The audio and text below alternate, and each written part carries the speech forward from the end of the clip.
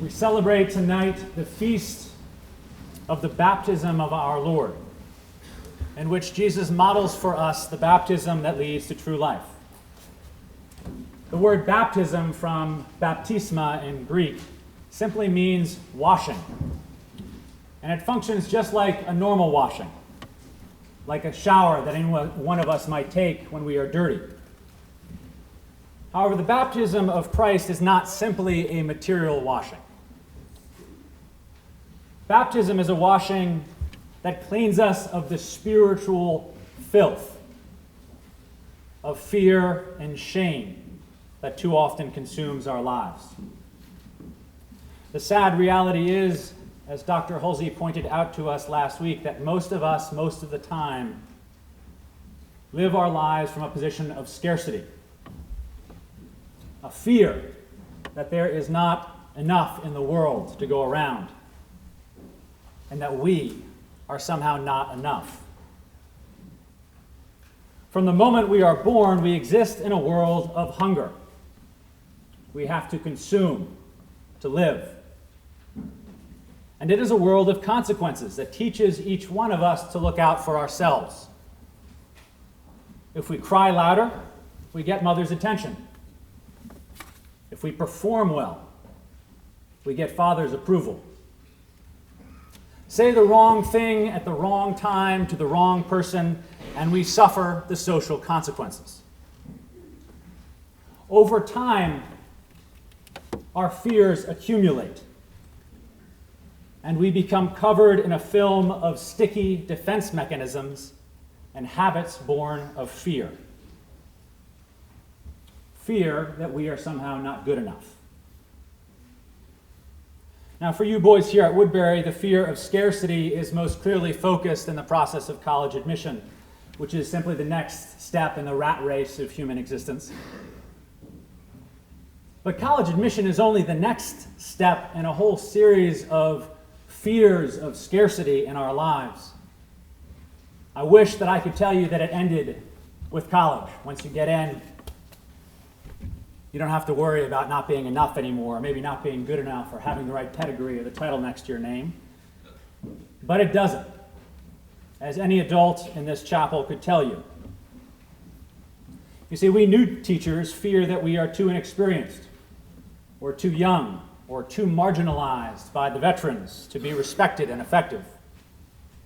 We veteran teachers fear that we are too out of touch, too irrelevant, too marginalized by young teachers and new ideas to be respected or to be effective. And there is not a school in the world where the faculty aren't just as caught up and insecure about the awards that will be handed out during the graduation ceremonies as the students are.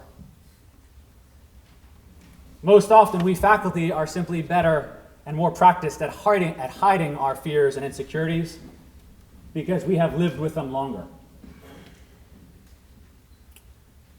Fear and scarcity is the reality that baptism addresses. What would it look like to be washed clean of all of this fear?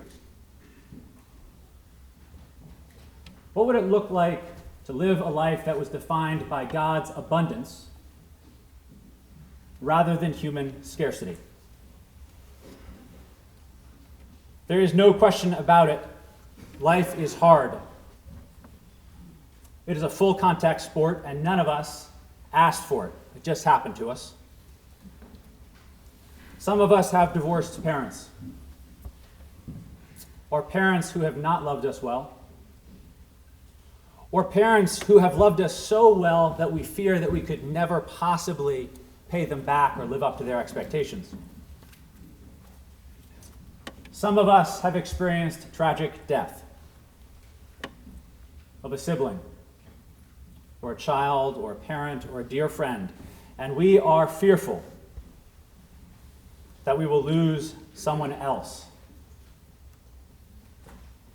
Some of us are all too familiar with addiction, alcoholism, or domestic abuse, all things which fuel our fear and our shame.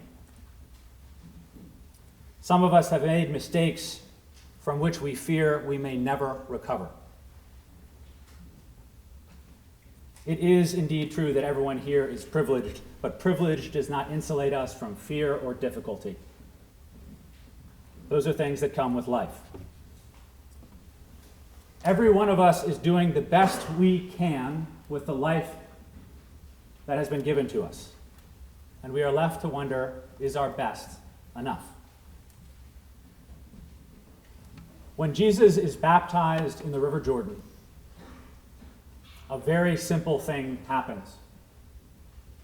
So simple it might be easy to overlook it or to think it powerless. But a voice from heaven says, "This is my Son, the beloved, with whom I am well pleased." So tonight, we are invited to imagine, just perhaps for a moment, that we have been baptized just like this with Jesus Christ. And that we can put down all of the stuff that we carry around with us, all of that fear, all of that scarcity, all of that insecurity, that we're not good enough, or talented enough, or smart enough, or handsome enough, or cool enough, or popular enough. Right now, we are invited to imagine that we are being judged and found worthy. God is telling us, every one of us, here is my servant,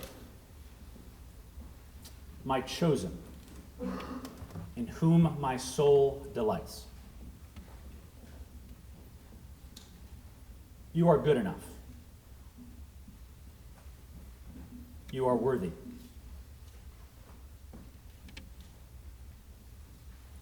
How would being washed clean of your fear change your life?